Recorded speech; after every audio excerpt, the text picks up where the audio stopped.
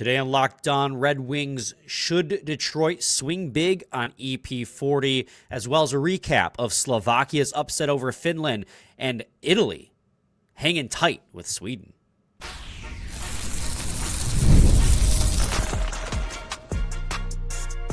You're Locked On Red Wings, your daily podcast on the Detroit Red Wings. Part of the Locked On Podcast Network, your team every day. Welcome back to the Locked On Red Wings podcast. We are your hosts, Brian Fisher and Scotty Bentley, part of the Locked On Podcast Network, your team every day. You can listen to us wherever you get your podcasts, including on YouTube. If you'd like to listen to us ad-free, head on over to lockedonpodcast.com/everydayer, and you can subscribe to the Everydayer Club and get our episodes ad-free, as well as access to an exclusive Discord server in which you can talk to each other and us. Scotty, the men's Olympic hockey tournament started today with two games. You had Slovakia and Finland and Italy versus Sweden. And I think we were all shocked at how much of a goaltending performance both games turned into. I mean, that's kind of like the understatement of the century almost, dude. Yeah, just that, like, for their respective countries, I mean, like, historical performances almost, man. Like, they'll be a part of team lore till the next Olympics for sure. Yeah, I mean, I think I know we were texting a little bit during the Italy game. Obviously, fantastic goaltending in that one, but really kind of the story, as you mentioned, of the entire day. Yeah, and we'll break all of that down in segments 2 and 3, but wanted to start the episode off with a more Red Wings-centric angle, because obviously this is Locked On Red Wings. Elias Pettersson, the forward, number 40, because they have 3 on the Vancouver Canucks, playing for Team Sweden. He had a breakaway opportunity in the game that ended up knocking out Damian Clara from Team Italy, who is on an incredible run, and we'll talk more about him in a little bit. But there's been a lot of speculation about if EP40 is going to be the next player moved out from Vancouver now that Quinn Hughes is gone. Are they going to go full rebuild? They've dealt away Quinn Hughes. They've dealt away Kiefer Sherwood, who was in the last year of his deal. Is Elias Pettersson next? Because you have to imagine, a 27-year-old, if you're going to burn it all down, could net you some return, especially if he's not in your long-term plans. The reason why we chose EP40 for this episode, Scotty, because I don't know if it's going to be a long conversation. I think that there's a conversation to be had, but I think there's one big issue with Elias Pettersson right now, and that is that he has 6 years left on a contract that pays him $11.6 million per season, and he has not produced like an $11.6 million player since 2023-24. Yeah, I think that's the elephant in the room for all teams that are having these conversations, right? About, like, is this somebody that we're interested in? Obviously, Vancouver seems to be fine with tearing everything down, and that's all fine and dandy, whatever. But I think that is kind of the $1 million question or $11 million question for every team that is, I don't know, at least like kicking the tires, right? It's like, okay, we'll be interested for sure. I mean, obviously the career speaks for itself, but at this point, given what the last couple of years have looked like, where he's at this point in his career and how much he's going to get paid, I'm not sure they're going to get the big, King's ransom return either. Yeah, really it comes down to that contract. It's just an absolute anchor on his value, because he got signed to that big deal after he had a 102-point season and an 89-point season, 39 goals in the 102-point season and 34 in the 89-point season. So they signed him to the big deal, and then last year it all fell apart for Vancouver. I mean, we all know the drama which happened between JT Miller and Elias Pettersson. Allegedly, right, the reports were flying that they were button heads. JT Miller was too aggressive. We all know how that's going in New York. Elias Pettersson was too soft, and it's like a divorce was happening, and you had to choose between mom and dad. And ultimately, Elias Pettersson stayed because they invested and sunk so much money into him. JT Miller got shipped off to New York. I think that Elias Pettersson is an incredibly talented player, And the Red Wings have a desperate need for a top 6 forward. And the Red Wings are one of a few teams that actually have the cap space for an Elias Pettersson. But I don't think that that is where the Red Wings should invest their resources unless you can get Vancouver to retain like 50%, because he's the 45 points last year. He's got 34 this year. He's on pace for obviously more than he had last year. But I don't see how this would make sense for Detroit unless you get him at a pretty steep discount. Well, and that's as I already kind of mentioned, that is the question, is if you are making this trade straight up and the plan is for the acquiring team to retain all of that contract, I can't even imagine that the return would be that rich really at this point. I can't even imagine that you'd have to give up, an arm and a leg. I think that getting that money off the books is what the motivation for Vancouver at this point, more so than, the players that they're going to get back. If there is a world in which they do and they want, the young players or draft picks, whatever they end up wanting, both probably. I don't think you're getting out with that contract, though. The only way you're getting out with that contract is if you retain. They're going to have to retain a lot of it. Like you're going to have to knock off years of that. We're going to cover the last 2 full years salary wise or something like that. Like it's not going to be a small, mountain to just climb up. Yeah, and it's weird too, because obviously the talent is in there. 102 points back in 23, 89 points in 24, and then just a steep drop-off in production last year. And obviously, again, a lot of that's internal. He's playing a little bit better this season, but still not at an $11.6 million pace. So it's like, if you do trade for him and swing big on him, as the title of this episode is, it's gambling on the idea that he's going to bounce back and he's going to come back close to that player. But even then, if he's a 100-point player, he's a 100-point player. I'm not going to complain. Yeah. But he also, again, similar to the conversation we had last week, it's about the type of player, too. When we were discussing Artemi Panarin, he's another perimeter player, right? He doesn't really drive the net hard. He's a shooter. He's a sniper. And it's well, you got Raymond as your playmaker. You got DeBrincat as your guy who shoots the puck and scores goals. You need a little bit of grit in your top 6, and you don't have it right now. The closest you got is Andrew Kopp, who's not afraid to throw his body around, for sure. But again, if you get Elias Pettersson at a discount and he turns back into an 85-point player, I don't care about grit. That's going to benefit the Red Wings. But I'm just thinking at the cost that he is going to come at, even with with retention, it's going to cost you more. It's going to cost you less if you don't retain, but then obviously you have that full cap hit, and that's a different type of cost that'll hurt going forward. Does it make sense stylistically for fitting Detroit's needs? And I just don't think it does right now.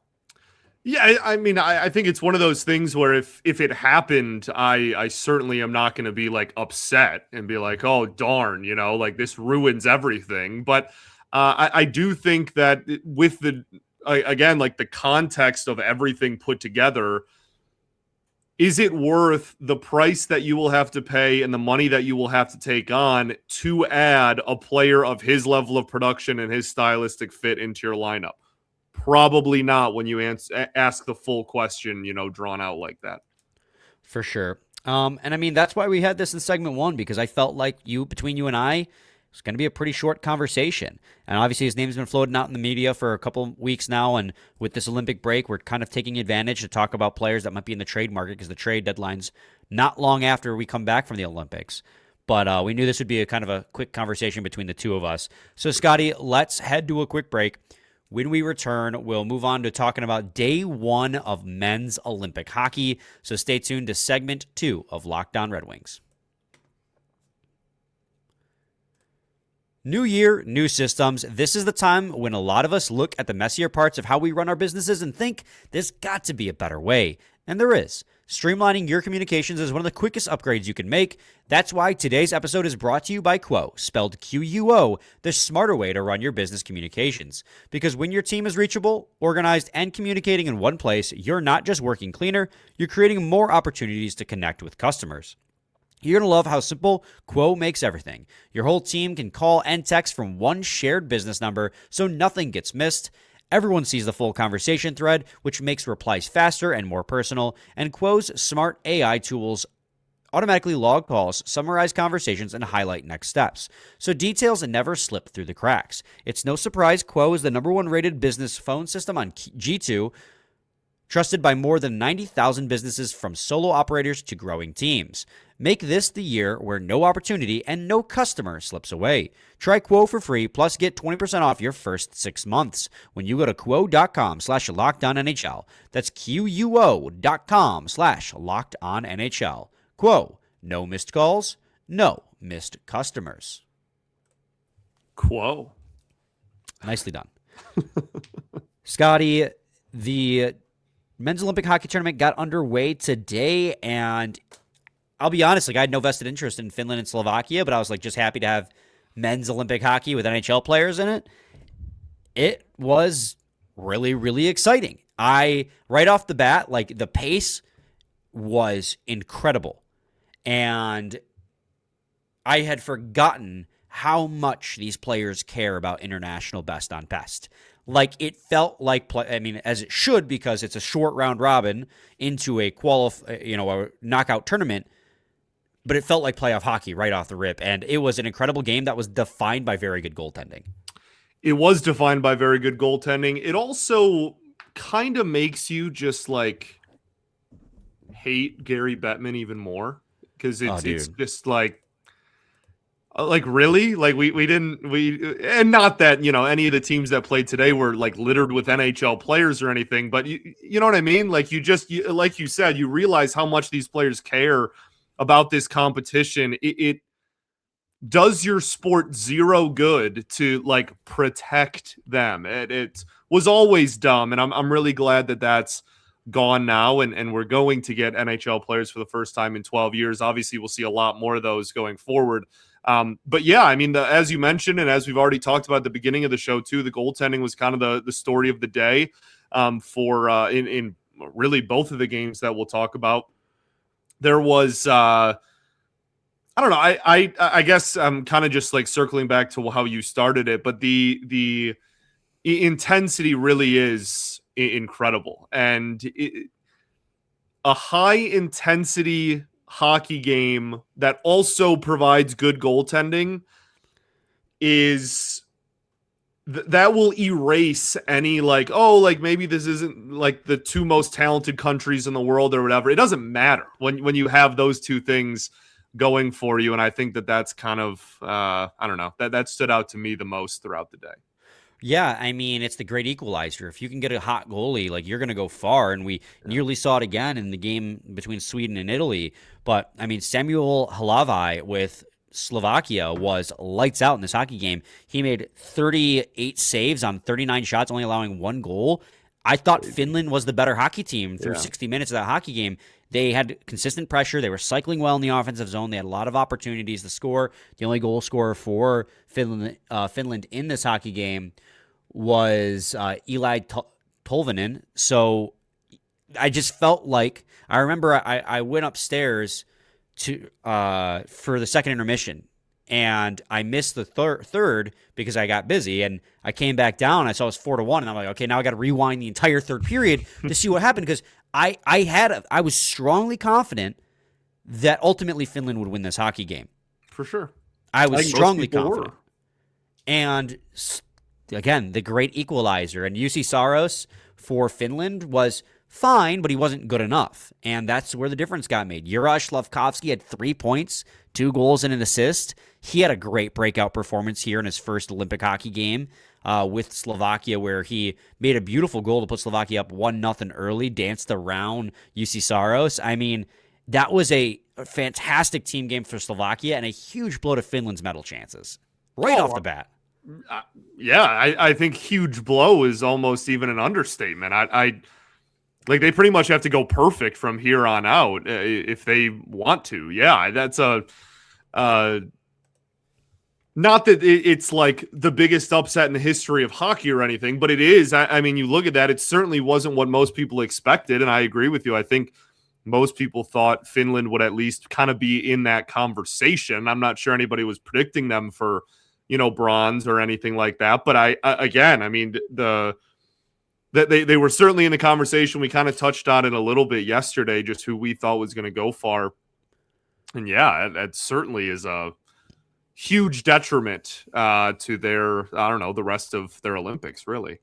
Yeah, and I mean, the second game between Italy and Sweden was, we jokingly came on here yesterday and saying like, oh, Lucas Raymond's going to have 8 points against Italy because we didn't think Italy was going to be very good. And to be honest, they weren't, but one player on their roster was, and that was Clara, who's an Anaheim Ducks draft pick. And 21 years old. He had 50-plus saves in this game and only allowed 2 goals before ultimately leaving with an injury. It was 30 saves at the end of the first or something absurd, yeah. Damian Clara had 46 saves on 49 shots against before he left with an injury on the Elias Pettersson breakaway. And honestly, it's heartbreaking that his game ended like that. Like, they were ultimately probably going to lose regardless, but he deserved to finish that out. Like, we just talking about it. Goaltending can be the great equalizer, and he was an equalizer. It was tied 2-2 because he was with lights over out. 50 saves, even if he didn't maintain that pace. Like he was a handful of shots away from a 50 save game. I mean, yeah. And then on the opposite side of the ice, like Philip Gustafsson was not very good, and I think a lot of that has to do with the fact that he saw 4 shots in 20 plus minutes, and 2 of them went in. They were defensive breakdowns by Sweden. I think Sweden maybe was playing with their food a little bit, taking them lightly, and Italy was playing hard, so they took advantage of defensive lapses from Sweden, but they weren't necessarily great shots. I mean, I don't know what happened to Philip Gustafsson there, where he, in the first goal, where Italy took a 1-0 lead on their second shot of the game, because Gustafsson, dropped his stick. I don't even know how that happened. His controller disconnected. That clip has been all over the internet already, yeah. Yeah, it was an incredible... It was a fun game just for the aspect that Italy was hanging around. And Sweden, with as many shots as they had, Scotty, could not buy a goal until the third period. I think Elliot Friedman tweeted out that this broke the record for the amount of shots in an Olympic game in the NHL era. Yeah, Sweden's 60 shots set an Olympic record in the NHL era. Finland and Canada held the previous record at 57. That's day one of the Olympics, man. And that was Sweden versus Italy that ended 5-2 and was 2-2 going into the third period. I'm sorry, it was 2-2 going into late in the second period. I don't know, man. I love hockey.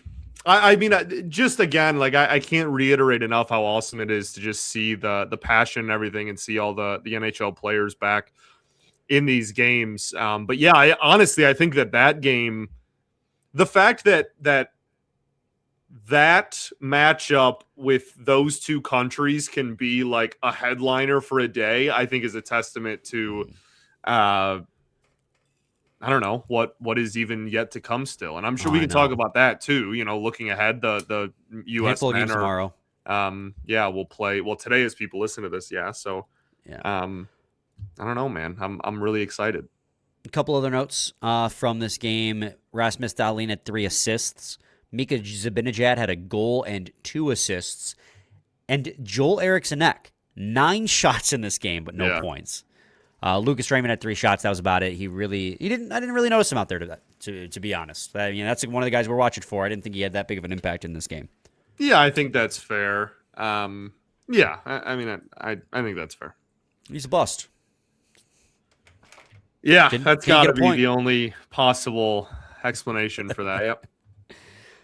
All right, Scotty, we're going to do a quick break when we return. We'll briefly preview the Thursday games for the men's Olympic lineup, so stay tuned. Segment 3 of Locked On Red Wings. The Winter Games are officially here, and if you're anything like us, you're locking in for events you only get to see on the biggest stage every 4 years. And that's why following the Winter Games on FanDuel just makes sense. From medal counts to individual events to finding your angle on the sports you care about most, FanDuel gives you ways to stay connected to the action. The drama of curling matches that start slow and somehow get intense, hockey games that feel different from the right off the opening faceoff, speed skating races decided by inches, FanDuel keeps the entire Olympic experience engaging from start to finish. The Winter Games are on, and there's no better way to follow them than on FanDuel. FanDuel, play your game. All right, Scotty, we do have a handful of men's Olympic Games here on Thursday, and United States is one of those teams that is playing. So we'll get to see Dylan Larkin face off, as well as Team Germany as they face Denmark. But there's a lot of games outside of that. This is going to be a silly question, but which of the slate are you excited to see the most? I'll go with U.S. here. I think that's just excitement to see to see the U.S. play and just get out on the ice. But I mean, in terms of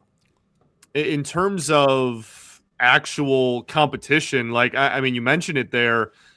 Germany's favored, but that actually is supposed to be a relatively close game with Germany and Denmark. I mean, we talked about that a little bit yesterday. Germany has the top end talent at the very, very top, right? They're top 3 or 4 that can kind of match up with anybody, but the depth outside of that is really thin. And Denmark is, I don't know, I guess I would say somewhat the opposite in the sense that they're a little deeper on paper. But again, like Germany has the top end talent, they're going to be favored, but that, I mean, should be a pretty entertaining game, no less. We'll see Canada as well. Obviously, that's a morning game, I think. Yeah, like 10 or 11 in the morning, I'm pretty sure. Canada versus Czech. So that should be, I mean. Yeah, it's 10:40. Yeah, so that should be again, just like interesting to see Canada on the ice for the first time. And then if you really want to wake up super early, you want to get up at 6 a.m., you can watch France versus the Swiss.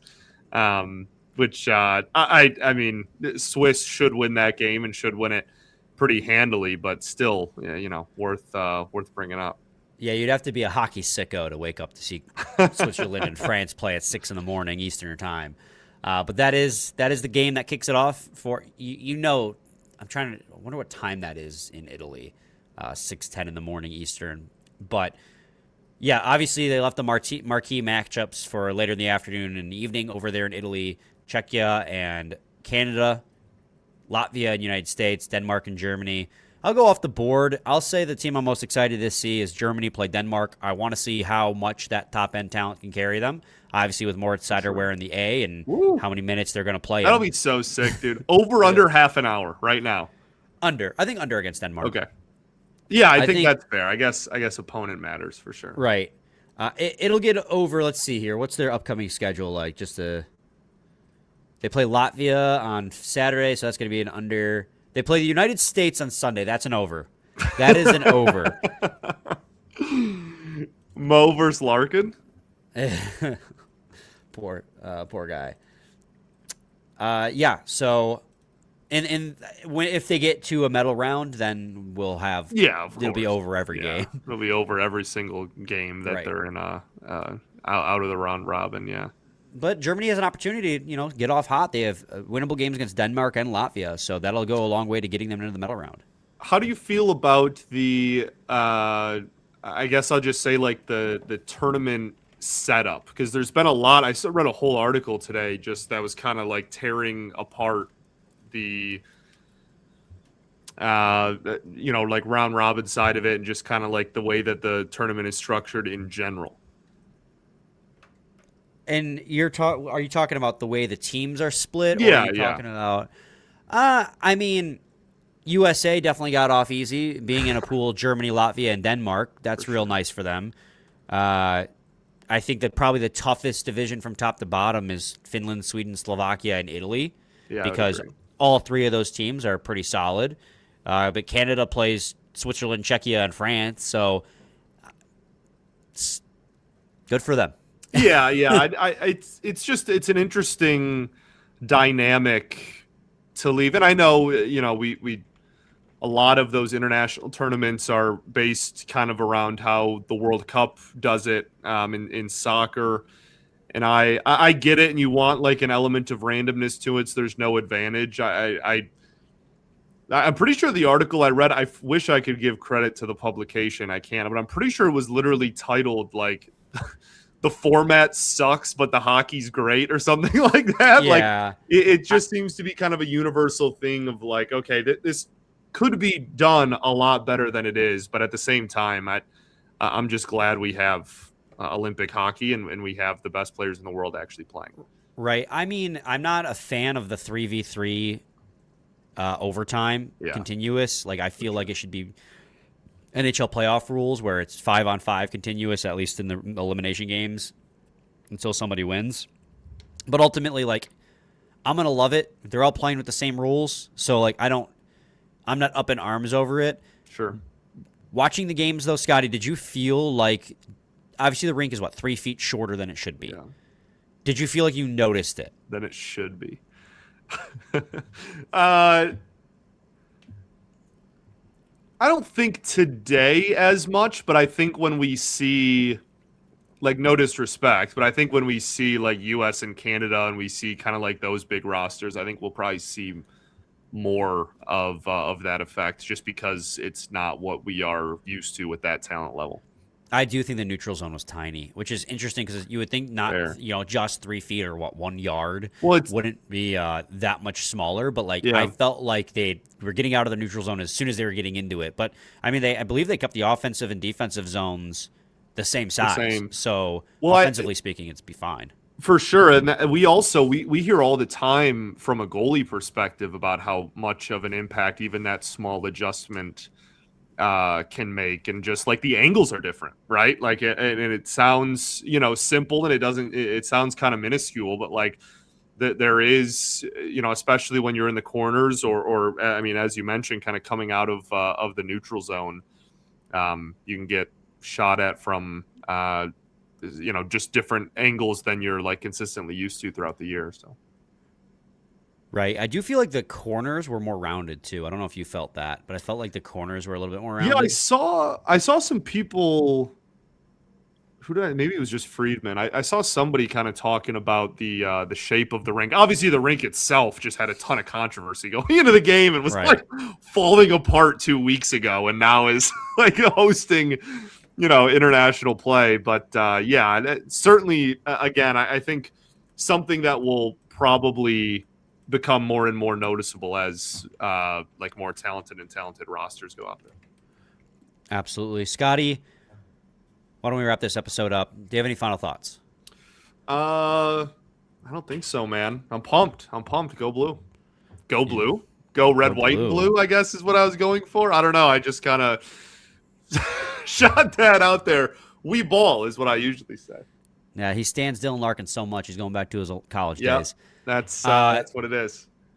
Scotty will be back Friday and Monday. I will be out of town, so I will not be around to recap USA versus Latvia.